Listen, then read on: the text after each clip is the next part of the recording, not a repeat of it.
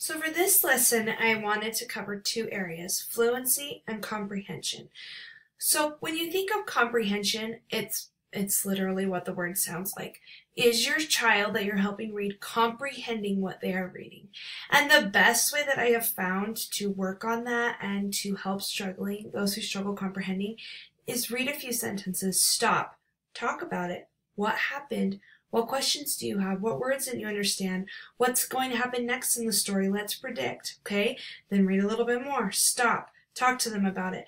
A lot of students don't understand that right away, that you need to think about reading as you're reading it, not just read. So you need to model that with them. As you're reading stories together, do just that. Now, sometimes students can get frustrated if you stop too much. So you have to judge on your child. What makes them more comfortable? What can they handle? Okay, don't ask a question at the end of every sentence if your child's just getting frustrated by it, okay? That's the best way that I have found to help with comprehension.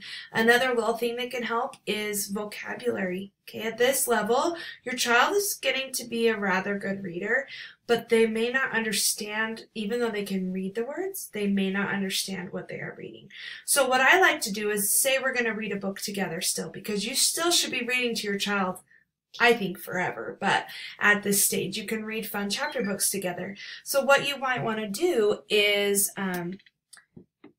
every day maybe read a little bit further ahead than your child, than you know you'll read that night. Pick out maybe 5 words that you think are going to be a little bit tricky to them in the story and talk about them. Talk about what they mean, what's the vocabulary terms, how can it be applied to the story. Okay, so those are 2 kind of ways to help with comprehension. Now I wanted to talk about fluency. Like I mentioned in the intro video, so many people just think fluency is those 1-minute time tests.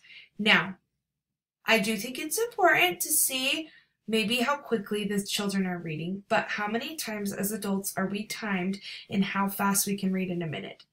Never. So there are more parts to fluency. There are actually 5 parts that are key and important.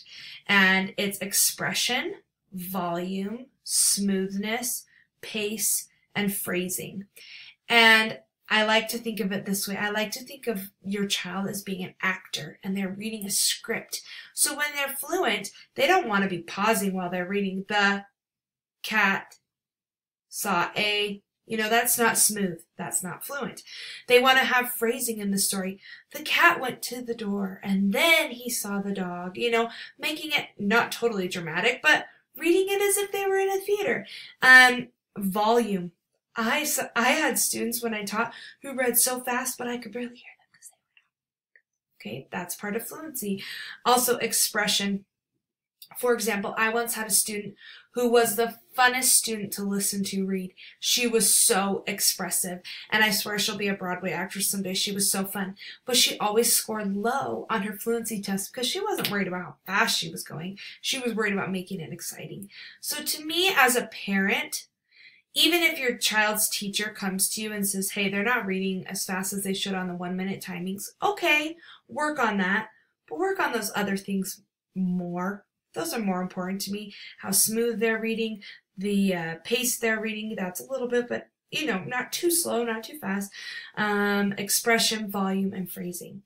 Now, I have struggled in the past to find good fluency passages that I like. And I came across this website, and I love it, and I will share it below, BufordAcademy.org. This is so great. They have these reading fluency passages, and they have 2 categories. They have them by grade level, or reading level, and then they have them by grade. And so like we talked about before, if you don't know what reading level your child's at, but they're in 4th grade, seem to be about doing okay with the books they're reading in class, try one of these, okay? If you know their specific reading level, maybe click on one of these. So let's just click on this one, Disaster Falls. If you click here, you'll see there's words over here, numbers over here on the side. These numbers are telling you how many are in a line. So for example, those 1-minute timings, they are reading and they stop here. 1 word before the end, they read 20 words, okay?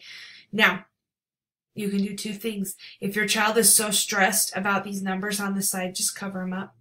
Or type it up in your own Word document so they're not worrying about the numbers. Or for some children, that excites them and they want to get that pace up and they want to be able to read smoothly without stopping and do well. Okay, so those numbers might excite them. That's up to you. So if it were me and I'm practicing fluency, the first time you read through the story, again, you can time or not time, that's up to you, but they might stumble across some words. They might struggle a little bit. What I would do is I would put one in front of my child and one in front of me. And I might even put mine like on a clipboard or something so they're not staring at mine. But let's say your child is reading and they go like this. A few weeks into the journey, even if they get it, but there was a delay, I might highlight it on my paper. Major pal, I don't know that word. Okay, highlight it. Anytime they struggle or don't know a word, highlight it. Now, you don't have to show them all the words you highlighted at the end, but go back through now and practice it. Okay, you know what? I noticed that you struggle with this word a little bit. You said it right, but it took you a little bit of time, so let's practice. What's the word? Journey. Okay, now you didn't know this word. Let's use our phonics skills. Okay, here's a blend. Sp, ah, ted. Let's put it together. Spotted. Okay, that's what I like to do. Fluency, yes. In a fluency timing, they're going to get a passage they've never seen. They're going to have to read something they've never seen. But why do they have to stress about that with you as the parent? This is about bringing joy to reading, okay? Give them a passage. Have them read it. Work on it together. Practice it. Have them read it again. If you want to, have it be timed. Mark the words that they miss if that motivates them, if that scares them. Don't even talk about that. Just practice and talk more with them. Hey, let's make this smooth as we read, okay? Sometimes I even like to go like this. A few weeks into the journey, Major Pal spotted a waterfall. Now, is that really how we read? No, but it teaches them, okay, there needs to be a consistent rate with how we're reading, okay? Now, fluency skills, they really are important. In every adult life, we have to be fluent readers. Not have to, but it's important for us to be fluent readers.